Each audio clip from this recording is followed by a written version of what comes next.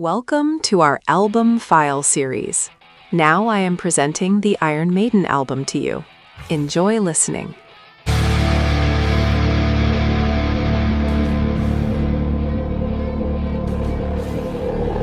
Iron Maiden's self-titled debut studio album was released on April 14, 1980.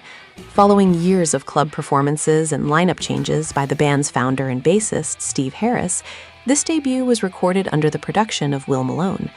Although the band was not satisfied with Malone's production, finding it too soft, the album possesses a raw and savage tone that blends heavy metal with the energy of punk music. Paul Di'Anno's street-spirited vocals are the most characteristic feature that distinguishes this album from the band's later Bruce Dickinson era. The album achieved great commercial success upon its release, entering the UK charts at number 4. It is considered by critics as one of the purest and pioneering examples of the new wave of British heavy metal, NWOBHM movement. Music authorities have described the album's ability to melt both punk aggression and progressive rock complexity in the same pot as revolutionary. Today, it regularly ranks at the top of lists of the best debut albums in metal history. In the album, Prowler symbolizes the band's fast and energetic entrance, while Phantom of the Opera is accepted as the first progressive masterpiece of Steve Harris's songwriting talent. Running Free is the band's first major anthem-like hit. The song Iron Maiden, which gives the album its name, has since gone down in history as the invariable closing song of every concert, and the cult moment when the band's mascot Eddie takes the stage. The most striking musical moments are the twin guitar harmonies and mutual solos of Dave Murray and Dennis Stratton in the middle section of Phantom of the Opera. Additionally, the instrumental track Transylvania showcases the band's technical skill with Clive Burr's high-tempo drum attacks and Steve Harris's gallop-style bass lines. The sudden transition from a calm atmosphere to harsh guitar explosions in Remember Tomorrow is one of the most legendary examples of the band's dynamic range. Prowler. In the misty, dirty, and dimly lit streets of London, a hidden shadow prowls, tearing through the midnight silence. Prowler is the story of that uncanny stranger, hiding under the neon lights, unnoticed by anyone, but felt by everyone. As this character follows his steps like a predator, he symbolizes the corrupt soul of the city and the chilling passion of a voyeur who has stepped outside social norms. A pair of eyes at every corner, a breath in every shadow. This track tells of the morbid satisfaction a soul lost in the dark depths of the metropolis finds by watching the lives of others from afar with epic brutality. The song refers to the chaotic and unsafe street atmosphere of late 1970s London and the urban predator archetype. From a literary perspective, it is like a modern and metallic reflection of the malicious character wandering the streets at night in Robert Louis Stevenson's Dr. Jekyll and Mr. Hyde. The expression "night crawler" in the song is a literary allegory representing beings pushed out of society who can only exist in the dark. The song opens with an iconic and harsh riff, starting with Dave Murray's legendary use of the wah pedal. Paul Di'Anno's punk style, raw and energetic vocal technique reinforces the street vibe of the song. Steve Harris's unique gallop bass lines give the song high tension and momentum, while Clive Burr dominates the track with straight and hard rhythms on drums. The harmonic structure in the guitar solos and sudden tempo changes showcase the characteristic features of the NWOBHM movement. Especially the acceleration in the middle of the song musically depicts the chase between the prey and the predator. Remember Tomorrow. This saga begins like the ghost of an old friend lost behind the mists. Written by Paul Di'Anno in memory of his grandfather, this work tells of the melancholy longing for the uncertainty of the future felt by a soul wandering through the dusty shelves of the past. The song is the internal monologue of a man watching the ruthless flow of time in the flickering light of the last candle burning in a dim room. As the silence of the night is shattered by the weight of memories, the act of remembering tomorrow turns into a paradox, because tomorrow has not yet happened, but the shadow of losses has already stained it. The song walks that fine line between a goodbye kiss and a cry of rebellion. The song is a tribute to Paul Di'Anno's grandfather. It focuses on the brevity of life and the inevitability of death. Original quote: Silver ties, golden ties, the world will never be revealed. These lines express the helplessness of human worldly riches and ambitions in the face of death. The expression silver and gold ties contains an ancient sage's warning in esoteric language, symbolizing both the material world and spiritual bonds, stating that the mystery of life can never be fully solved by the human mind. The track is one of the peak points of Iron Maiden's early sound influenced by progressive rock. Paul Di'Anno's vocals begin with a mournful and whisper-like tone, transforming into a raw and angry punk energy in the choruses, displaying a tremendous dynamic range. Steve Harris's bass guitar forms the skeleton of the song. It doesn't just keep the rhythm, it drags the melody like a second vocal. The dual guitar harmonies of Dave Murray and Dennis Stratton create a dreamlike feeling in the atmospheric parts of the song, evolving into harsh and aggressive riffs during the tempo increase in the middle section. Clive Burr's drum parts add depth and technical sophistication to the track, especially with his jazz-inspired fills and snare usage in transitions. Running Free. This is the saga of a 16-year-old youth washed in the neon lights of the uncanny and dirty streets of Los Angeles, with no money in his pocket, but a soul unleashed from its chains. Our hero, who pushes away the rules imposed by society, tastes freedom by donning the darkness of the night like a cloak, away from police cars. Although the night, which starts in a dilapidated bar called Bottle Top, ends in a holding cell, his spirit never fits behind bars. This track is the anthem of that wild youth who carves his own path among masses of iron and concrete buildings, belonging nowhere but ruling everywhere. Rather than a literary work, the song refers to the rebel without a cause archetype of the 1950s and the concept of street justice brought by the punk aesthetic of the late 1970s. The chorus, "I'm running free, yeah, I'm running free," is the simplest and most powerful expression of the desire for freedom. The emphasis on 16 years in the song is a symbol of rebellion against the legal restrictions of being a minor. The track, which opens with Clive Burr's characteristic shuffling rhythm, reminiscent of tribal drums, is built on Steve Harris's dominant bass line that resembles a heartbeat. Paul Di'Anno's vocals at that time carry the ferocity and street slang of punk rock rather than classic heavy metal.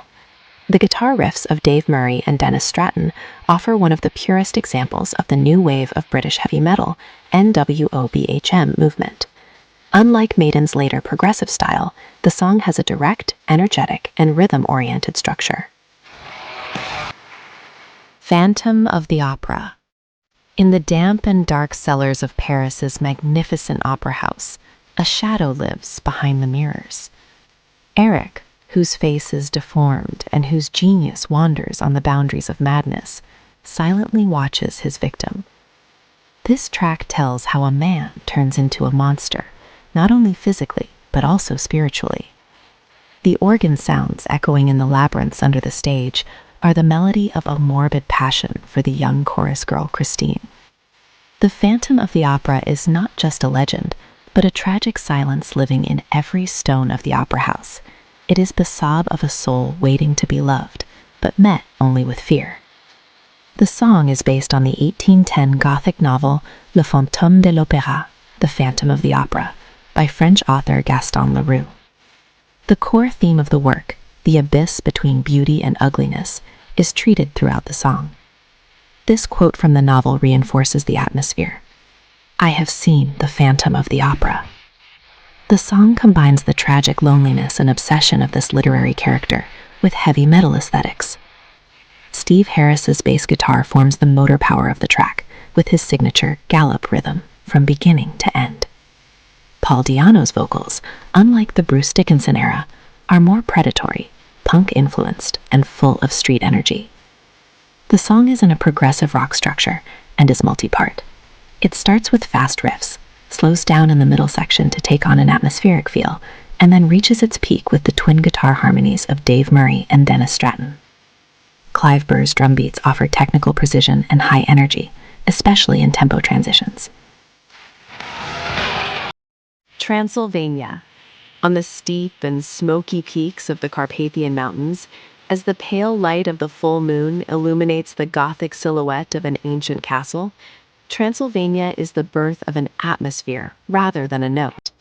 The sound of horse hooves echoing deep in the forest, a shadow suddenly appearing through the mists, and an ancient restlessness rising from beneath the earth form the soul of this track. The song is an epic journey that drags the listener to the dark and uncanny Eastern Europe of the 19th century, that misty geography where legends are real and a predator or prey awaits at every corner. The absence of lyrics leaves the story to the mercy of scenes coming to life in the mind, creating the tragic rhythm of a dark romance. The song takes its name directly from the Transylvania region in Romania, where Bram Stoker's 1897 classic Gothic novel Dracula takes place. In the work, Transylvania is defined as the darkest corner of Europe's imagination. Although the song does not contain any lyrics, its composition refers to the uncanny air created by vampire mythology and the legends of Vlad the Impaler, Vlad Tepes, which are both eerie and intriguing. As an original quote, this passage from Stoker's work summarizes the soul of the song. "Welcome to my house. Enter freely, go safely, and leave something of the happiness you bring." Transylvania is one of the most characteristic instrumental tracks that Iron Maiden used to leave its mark on the NWOBHM, new wave of British heavy metal genre. The twin guitar harmonies of Dave Murray and Dennis Stratton form the main melodic backbone of the track, and this style of harmony laid the foundations of the Maiden sound that would become the band's signature in the following years. Steve Harris's clanking bass technique is as dominant as a percussion instrument in the track and adds immense movement to the song with its galloping rhythm. While Clive Burr's drum lines provide a perfect transition to variable tempos, the tempo increase in the middle section of the track pushes the listener into a pursuit on horseback. This work, adorned with a pure analog aggressiveness far from electronic manipulation, is proof that guitar riffs can tell a story like a vocal. Strange World. Contrary to the harsh tones rising from the misty streets of London, Strange World invites us into a neon-lit dream universe in the depths of the mind, where there is no gravity. This song is the story of a soul escaping the noise of the metal world and surrendering itself to the arms of melancholy and eternity. Our hero floats in a purple void, where time stops, faces freeze, and reality is merely a shadow. In this world, there is no pain, but deep loneliness and alienation prevail. It is like the final logbook notes of an explorer trapped in another dimension within a cosmos. Although the song does not directly refer to a literary work, it deals with the psychedelic science fiction atmosphere and dystopian escape theme of the late 1970s. The line, "Smiling faces, bright lights, mean nothing to you," symbolizes the individual's break from social norms and false images of happiness. This theme parallels the dream planes in H.P. Lovecraft's The Dream Quest of Unknown Kadaf, or Philip K. Dick's Questionings of Reality. It is one of the most unique tracks in the Iron Maiden discography.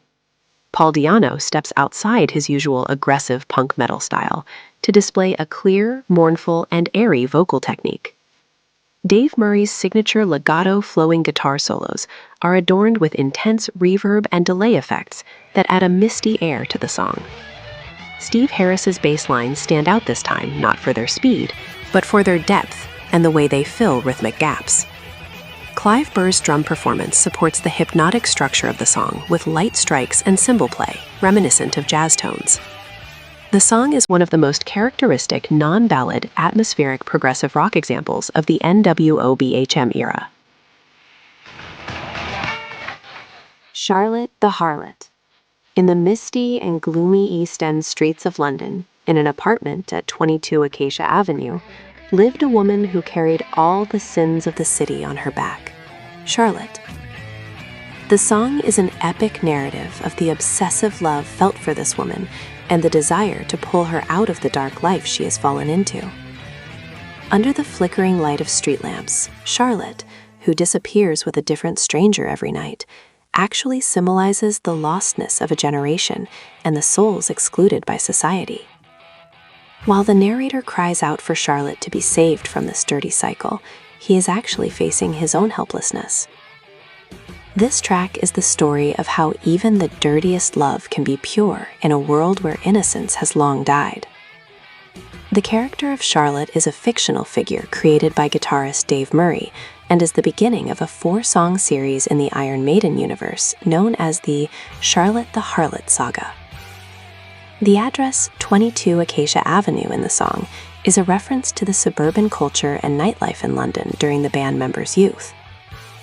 Instead of an original literary quote, it paints a social portrait of the underworld in late 1970s London. The song starts with Paul Di'Anno's punk-inspired, fierce and raw vocal style.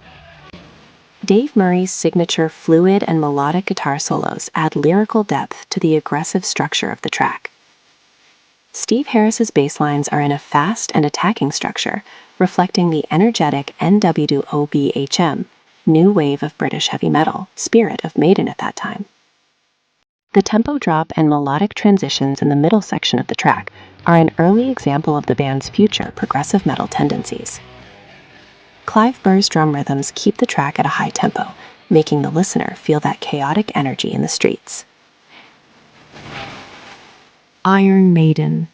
In the darkness of a misty London night, this work echoes like a metallic scream rising from narrow streets. Iron Maiden is not just a torture device, but also the rusty and bloody embodiment of an inevitable fate.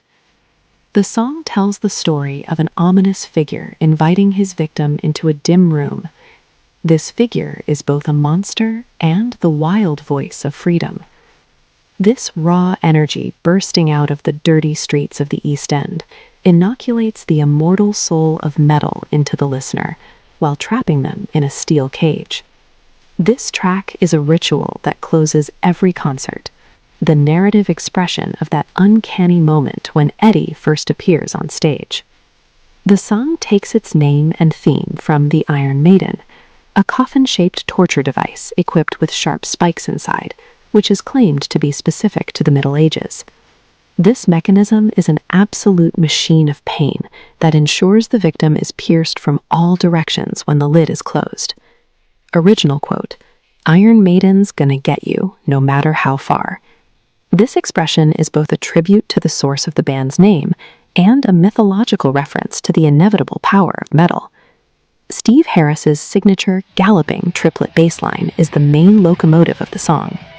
The twin guitar harmonies of Dave Murray and Dennis Stratton lay the foundations of classic heavy metal aesthetics in the middle section of the track. Clive Burr's punk-rooted but technically deep drum rhythms give the song a fierce and unstoppable tempo. Paul Di'Anno's raw, street-like, and predatory vocal style perfectly reflects the uncanny and threatening atmosphere of the song. The accelerating tempo at the end of the song symbolizes the characteristic aggressive structure of the NWOBHM, new wave of British heavy metal movement.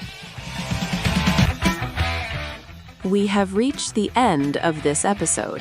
Hope to meet you again in the next album file. Stay well.